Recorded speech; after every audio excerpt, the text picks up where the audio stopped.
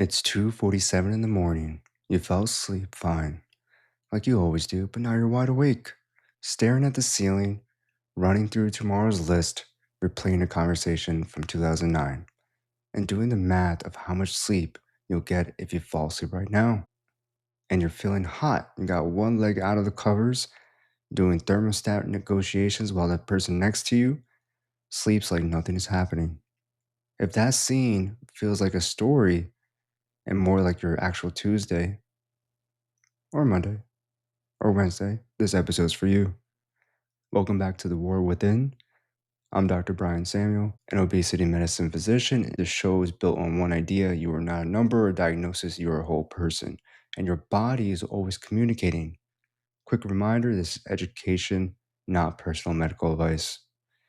Last episode, we talked about menopause and belly fat, and I told you that broken sleep was quietly driving a lot of it. Today, we're pulling that thread all the way out because midlife sleep problems are one of the most common things women bring up to me, and also one of the most dismissed. Women get told it's stress, it's age, it's having too much on your plate. And sure, life is busy, but there's a real chemistry behind why sleep changes. And once you see that, you'll stop blaming yourself. Let's start with the two hormones we've been following all season because they're the most involved. Progesterone isn't just a cycle hormone, it is a calming, quieting effect on the brain, almost like nature's mild sedative. Through perimenopause, progesterone fades early and steadily. So the built in calm that used to help carry you through the night is turning down. Sleep gets lighter, you wake up more easily. Sounds and worries that never used to reach you now wake you up. Now, estrogen. Here's a job most people don't even know about. It helps regulate your internal thermostat.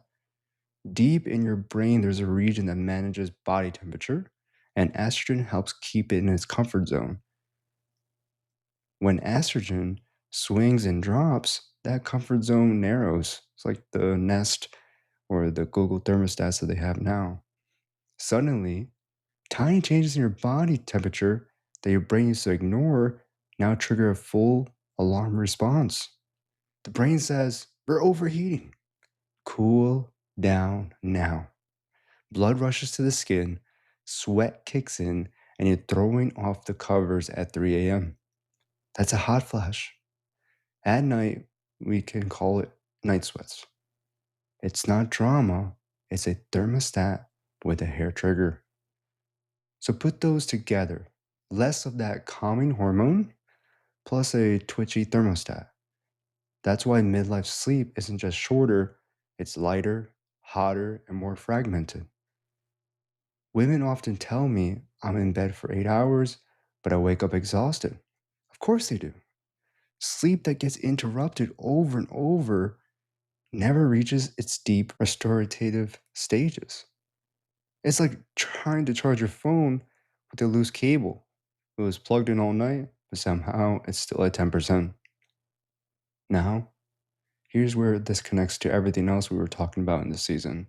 Because broken sleep doesn't just stay in the bedroom, it follows you to the kitchen. Remember our friends from last season: after a bad night, ghrelin, your hunger hormone, gets louder. Leptin, your fullness signal, gets quieter. Your brain is running on fumes. Starts scanning for quick energy, which is why nobody craves grilled chicken and a salad on 4 hours of sleep. You crave fast carbs and comfort. At the same time, cortisol is running higher, and we already know where cortisol likes to park fat. And your patience, your mood, your motivation to move your body, all of it drops. So, men, if you have a woman in your life that's going through this, please stay silent, understand them, give them a break, help them out, protect their sleep. So just look at this chain reaction. One rough night makes the next day hungrier, snackier, moodier, and more tired. String months of those nights together, which is exactly what midlife does to many women, you can get weight changes, mood changes, and a woman who's convinced she lost her discipline. She didn't lose anything. Her nights got broken and her days are paying the bill. I need you to really absorb that because it changes where you aim your effort. So many women this stage fight the food and ignore the sleep. But the food behavior is often downstream from the night before.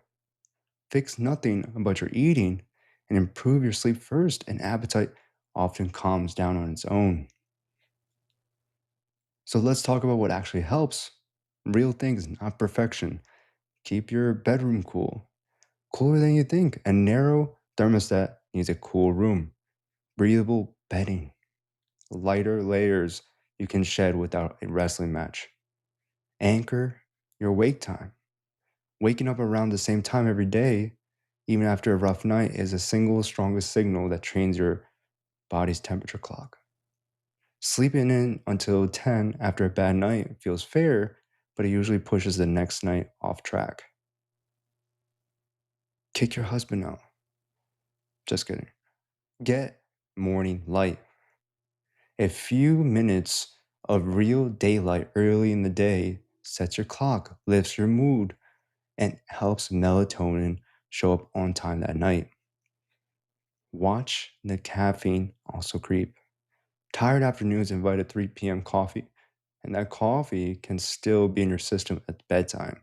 If nights are rough, pull your caffeine load down and see how you feel. And I have to be honest about alcohol because this is one that matters as well. That evening glass of wine feels like it can help you fall asleep, and it might, but alcohol fragments the second half of your night and can make night sweats worse.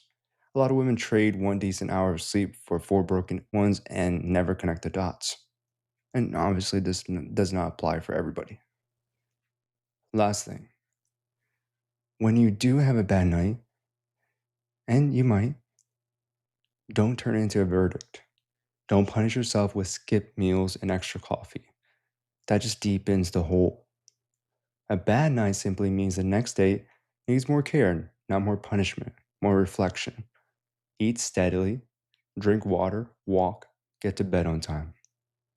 Boring, steady care. That's how you break the chain. And if there's anybody in your life that is altering your patterns, tell them what you need. Be truthful. Because here's the truth I want to leave with you. In midlife, sleep isn't a luxury you earn after everything else is done. It's upstream of your appetite, your mood, your energy, and yes, your belly fat. Protecting it is not self indulgence, it's strategy. Now, next episode, we're going to go after something that's been lurking in the background around this whole season, around a lot of people's lives these days: stress, anxiety. The feeling that your mind got louder somewhere in your 40s and nobody can tell you why. There's real biology behind that.